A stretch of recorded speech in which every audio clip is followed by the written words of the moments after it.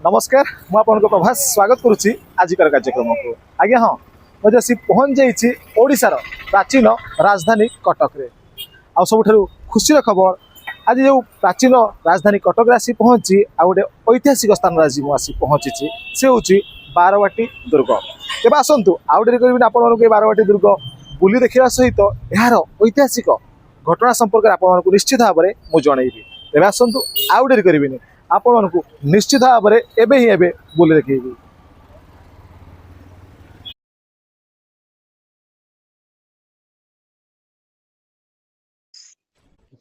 मंदिर मालिनी उत्कल जननी उत्कृष्ट कारुकार्य पाई समग्र विश्व रे परिचित अतीत रे अनेक राजा महाराजा एही पुण्यभूमि रे जन्म नहीं सुशासन करने सहित छाड़ी जाइचंती अनेक कलाकीर्ति ता मध्यरु बारवाटी दुर्ग अन्यतम। बारवाटी दुर्ग ओडिशार कटक सहरर उत्तरांश महानदी कूल अवस्थित 102 एकर जागा उपरे निर्माण होइथिबा एही दुर्गर हातर क्षेत्रफल 12 बाटी बा 240 माण थिबारु एहार नामकरण बारवाटी होइछि। 5 मीटर ओसार विराट एरिया को नहीं 32 टी खुंट द्वारा मजबूत पहाड़ पथर द्वारा यह निर्मित।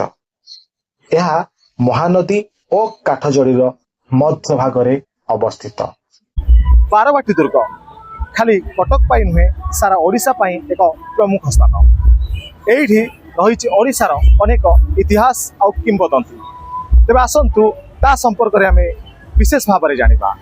एही दुर्गर सुरक्षा पाई चारि पाखरे गड़खाई और प्राचीर रहिथिला। गड़खाई मध्यरे कुंभीर और विषधर साप मानकु छड़ा जाइथिबार कुहा जाए, जहा फल कि बाह्य शत्रु दुर्ग मध्य को प्रवेश करि पारुनथिले।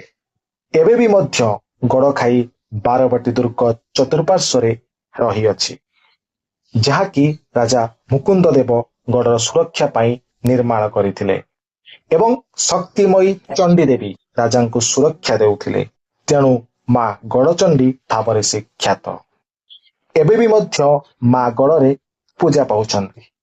किंवदंती और लोककथा अनुसार मां का आविर्भाव प्राय 500 वर्ष तलुथिला। कला पहाड़र प्रभाव रे मां का मंदिर मध्य क्षतिग्रस्त होइथिबार प्रमाण मिले। ख्रीष्टीय द्वादश शताब्दी रे राजा अनंग भीमदेव तृतीय द्वारा निर्मित हेबाठारु 1803 ख्रीष्टाब्द रे इंग्रेज अधिकार करिबा पर्यंत बारवाटी दुर्ग ओडिशार राजधानी थिला। गवेषक मानक मतरे मादला पांजिरे वर्णित ए दुर्गर कहानी हेउची थरे चौद्वार राजा अनंग भीमदेव तृतीय महानदी पार होई चौद्वार दक्षिण दिग को गस्त करथिले। से विश्वेश्वर देवंक मंदिर बारवाटी गाँ निकटरे पहुंचिया बेले एक दृश्य देखिथिले।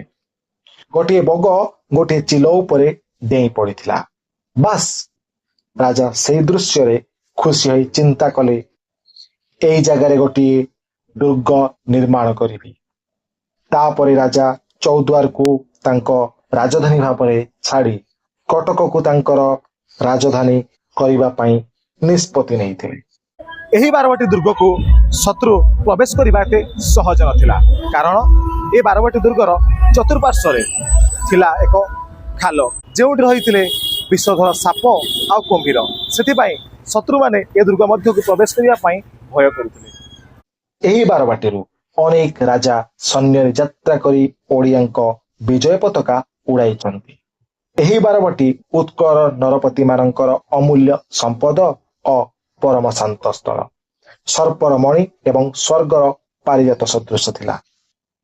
राजा पुरुषोत्तम देवंक राजत्व काल रे कांची जय निमंते एही बारवाटीरु राजा सैन्य रे यात्रा करिथिले एवं कांची कावेरी जय करी कांची जेमा पद्मावती सहित साक्षी गोपाल और गणेशंक मूर्ति घेनी आनिथिले।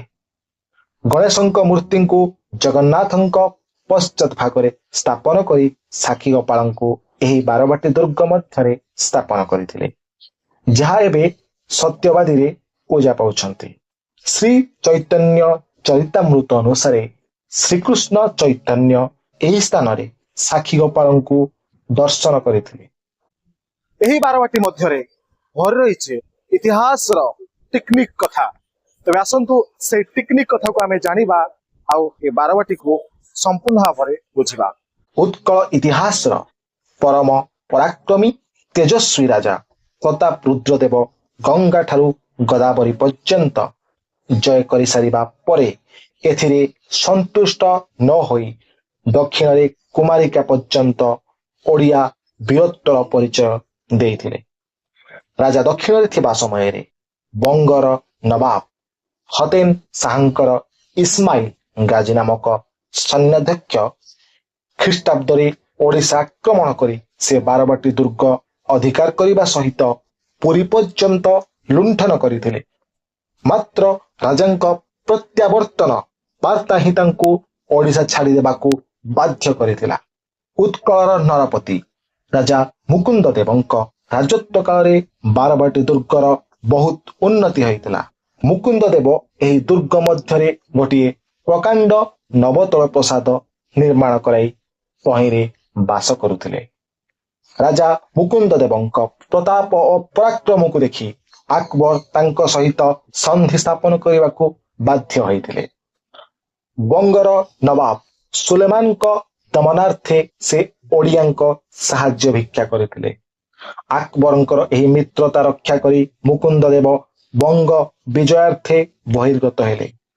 ବଙ୍ଗରେ ଯୁଦ୍ଧରେ ଥିବା ସମୟରେ ଗଡ଼ଜାତ ନିବାସୀ ଶିଖି ଓ ମନାଇ ମହାପାତ୍ର ନାମକ ଦୁଇ ଖଣ୍ଡାୟତ ମୁକୁନ୍ଦ ଦେବଙ୍କ ସହ କୌଣସି ବ୍ୟକ୍ତିଗତ ଦୋଷ କାରଣରୁ ପ୍ରତିଶୋଧ ନେବା ପାଇଁ ସୁଲେମାନଙ୍କ ସେନାପତି କଳା ପାହାଡ଼କୁ ସଙ୍ଗେ ଘେନି ଗଡ଼ଜାତ ଜଙ୍ଗଲ ମଧ୍ୟ ଦେଇ ବାରବାଟୀକୁ ଆକ୍ରମଣ କରିଥିଲେ। ପରବର୍ତ୍ତୀ ସମୟରେ ମୁକୁନ୍ଦ ଦେବଙ୍କ ସୁରମ୍ୟ ନବତଳ ଅଟ୍ଟାଳିକା ମୁସଲମାନ ମାନଙ୍କର ବିଳାସ ଭବନରେ ପରିଣତ ହେଲା।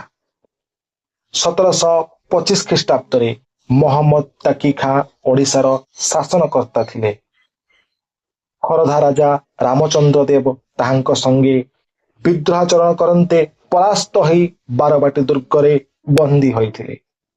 1740 ଖ୍ରୀଷ୍ଟାବ୍ଦରେ ବଙ୍ଗର ନବାବ ଅଲିବର୍ଦୀ ଖାଁ ମୁର୍ସିଦ କୁଲି ଖାଁଙ୍କୁ ବାଲେଶ୍ୱର ନିକଟରେ ପରାସ୍ତ କରି ବାରବାଟୀ ଦୁର୍ଗ ଅଧିକାର କରିଥିଲେ। 1578ରୁ 1807 ପର୍ଯ୍ୟନ୍ତ ବାରବାଟୀ ଦୁର୍ଗ ଆଫଗାନ ମୋଗଲ ମରହଟ୍ଟା ମାନଙ୍କର ପ୍ରଧାନ ଶାସନ କେନ୍ଦ୍ର ଥିଲା। ମୋଗଲ ଶାସନ କାଳରେ ମୋଗଲ ସମ୍ରାଟ ଔରଙ୍ଗଜେବଙ୍କ ରାଜତ୍ୱ କାଳରେ ରାଜ୍ୟପାଳ ନବାବ ମୁର୍ସିଦ କୁଲି ଖାଁଙ୍କ ଦ୍ୱାରା 1719 ଖ୍ରୀଷ୍ଟାବ୍ଦରେ ବୁଖାରୀ ବାବା ମସଜିଦ ଏହି ଦୁର୍ଗ ପରିସରରେ ନିର୍ମାଣ ହୋଇଥିଲା। ଆଜି ବି ଏହି ଦୁର୍ଗ ମଧ୍ୟରେ ବିଦ୍ୟମାନ ଅଛି ଏବଂ ସେ ସମୟର ଉଦ୍ୟାନଟି ଆଜି ବି ରାଜାରାଣୀ ଉଦ୍ୟାନ ଭାବରେ ପରିଚିତ। 1741 ଖ୍ରୀଷ୍ଟାବ୍ଦରେ ଭାସ୍କର ପଣ୍ଡିତଙ୍କ ଅଧୀନରେ ମରହଟ୍ଟା ମାନେ ବାରବାଟୀ ଦୁର୍ଗକୁ ଆକ୍ରମଣ କରି ମୌସୁମକୁ ନିହତ କଲେ। 1750 ଖ୍ରୀଷ୍ଟାବ୍ଦରେ ରଘୁଜୀ ଭୋସଲାଙ୍କ ପୁତ୍ର ଜାନଜୀ ବାରବାଟୀର ସୁରକ୍ଷା ନିମନ୍ତେ ଏକ ଦଳ ସୈନ୍ୟ ରଖାଇ ନାଗପୁର ପ୍ରସ୍ଥାନ କଲେ। ଏହି ରୂପେ ବାରବାଟୀ ମରହଟ୍ଟା ମାନଙ୍କର ରାଜଧାନୀ ହେଲା। ଅର୍ଦ୍ଧ ଶତାବ୍ଦୀ ବ୍ୟାପୀ ମରହଟ୍ଟା ରାଜତ୍ୱ ପରେ 1803ରେ ବାରବାଟୀ ଦୁର୍ଗ ଇଂରେଜ ମାନଙ୍କ ଦ୍ୱାରା ବେଷ୍ଟିତ ହେଲା। ଇଂରେଜ ସୈନ୍ୟ ଲାଲବାଗ ବାରବାଟୀ ଆକ୍ରମଣ ପୂର୍ବକ ଅଧିକାର କଲେ। ଏପରି ରୂପେ ବାରବାଟୀ ଦୁର୍ଗ ଓଡ଼ିଶା ଇତିହାସରେ 600 ବର୍ଷରୁ ଅଧିକ ସମୟ ଅତି ଉଚ୍ଚ ସ୍ଥାନ ଅଧିକାର କରିଥିଲା। ଆପଣମାନେ ଦେଖୁଥିଲେ ଐତିହାସିକ ବାରବାଟୀ ଦୁର୍ଗ କଟକକୁ। ତ ଆଜିକାର ଅଧ୍ୟାୟଟି ଆପଣଙ୍କୁ କେମିତି ଲାଗିଲା ନିଶ୍ଚିତ ଭାବରେ କମେଣ୍ଟ ବକ୍ସରେ ଜଣାଇବେ। ଯଦି ଆପଣମାନେ ଚ୍ୟାନେଲଟିକୁ ସବସ୍କ୍ରାଇବ୍ କରିନାହାନ୍ତି ନିଶ୍ଚିତ ଭାବରେ ସବସ୍କ୍ରାଇବ୍ କରିନିଅନ୍ତୁ ଏବଂ ପାଖରେ ଥିବା ବେଲ୍ ଆଇକନ୍ଟିକୁ ନିଶ୍ଚିତ ଭାବରେ ଦବାଇ ଦିଅନ୍ତୁ, ଯାହାଫଳରେ କି ଏମିତି ସ୍ଥାନ ଐତିହାସିକ ଘଟଣା ଐତିହାସିକ ସ୍ଥାନ ଏବଂ ବିଭିନ୍ନ ମହାପୁରୁଷ ଏବଂ ବିଭିନ୍ନ ବ୍ୟକ୍ତିବିଶେଷ ମାନଙ୍କୁ ଆପଣଙ୍କୁ ମୁଁ ଅତି ଖୁବ୍ କମ୍ ସମୟରେ ଦେଖାଇ ପାରିବି। ତେବେ ଆଜି ପାଇଁ ଏତିକି, ରହୁଛି ମୁଁ ପ୍ରଭାସ, ନମସ୍କାର।